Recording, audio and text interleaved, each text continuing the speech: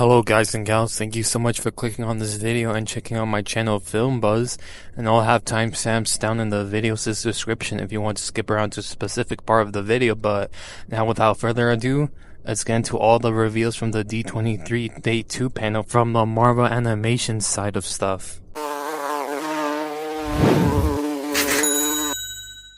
So starting things off, Brand Winderbaum started out the Marvel Studios animation panel by stating that they will always change up the animation styles with the Marvel animation projects, adding there will be no in-house style, which I'm really pumped about to hear about, because with the likes of the first season of X-Men 97 being a commercial success for Disney with its unique hand-drawn CGI enhanced art style, which is a big step up from its original art style in the original show that looks stunning to see at times, and especially in the heavily demanding scenes like the 5th episode of X-Men 97, Remember It, and it creating some of the most visually stunning set pieces we've seen throughout the first season of X-Men 97, with Genosha and its colorful and vibrant background characters we see throughout the episode. But speaking of X-Men, we got update on what's to come next in the revival of the X-Men 90 show, X-Men 97, with the panel revealing brand new concept art for Season 2,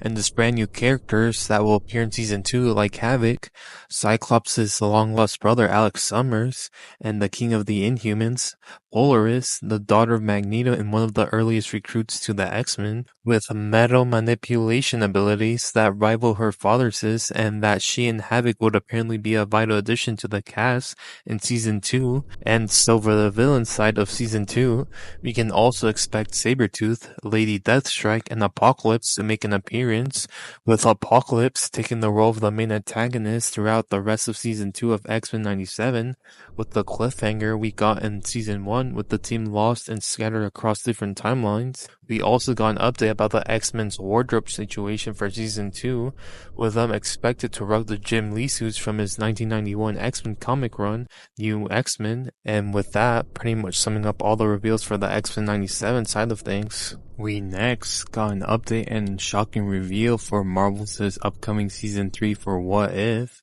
with it being the last and final season we would see for the series, and from what I could find online about the footage shown for Season 3 of What If, the first clip from Season 3 revealed an episode that will unite the Winter Soldier and Red Guardian from Black Widow with Ant-Man and the Wasp's Bill Foster, also featuring in the footage, just like in the past seasons, Sebastian Stan and Lawrence Fishburne will likely once again lend their voice to Bucky Barnes and Bill Foster, but it remains uncertain whether David Harbour will reprise Red Guardian for the animated series. The clips I found also included a character called Ranger Morales hunting the two super soldiers with Foster, but the actress behind her has yet to be confirmed, although details on the remaining episodes from Season 3 remain scarce. It seems like there will be plenty more of Haley Atwell's Captain Carter, who has been the face of What If so far, appearing in 5 episodes to date, which I hope does not happen because there's more characters than Captain Carter, you know, and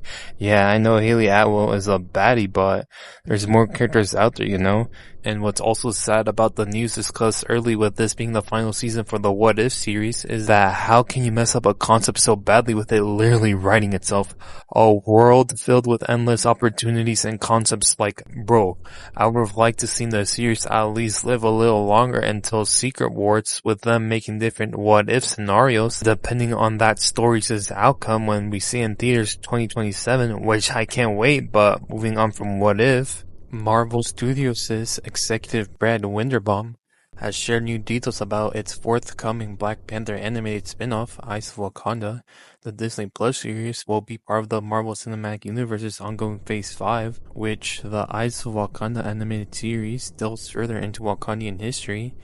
and is still set to be in production, with Todd Harris, who developed the series and who served as a storyboard artist behind many modern action movies, said to be foreseeing most of the production, which I'm hyped for because Ryan Coogler, the director behind Marvel Studios' Black Panther and Black Panther Wakanda Forever, stated that Eyes of Wakanda does a beautiful job of representing the history of those who had to keep Wakanda a secret over centuries, which I can't wait to delve further into the rich and beautiful world of Wakanda with many more tribes' history. we still yet haven't seen. And I should also mention that Daniel Thomas, aka Iron Fist, is set to make an appearance, and his potential first MCU appearance with potentially Finn Jones, who portrayed Iron Fist in Netflix's Defenders,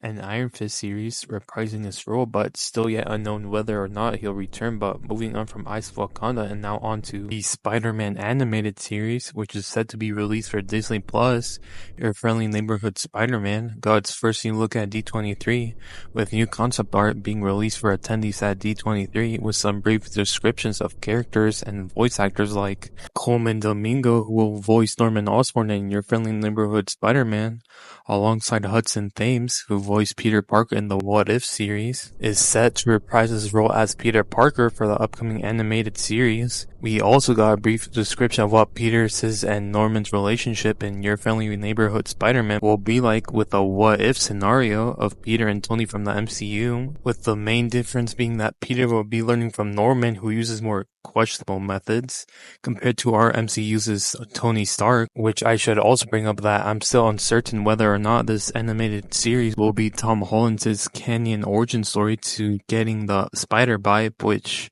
we didn't see play out throughout his Spider-Man trilogy in the MCU, up until Spider-Man No Way Home, with Aunt May stepping into the Uncle Ben role and ultimately being his Tom Holland's anchor point, which we recently got introduced to in this year's Deadpool and Wolverine, which, hey, you should also check out my review and thoughts I had about that movie. But moving on from the shameless plug and now onto Marvel's Zombies. We got an update regarding the upcoming M-rated straight-to-streaming series, with it being only 4 episodes long, and from the descriptions I could gather from attendees at D23,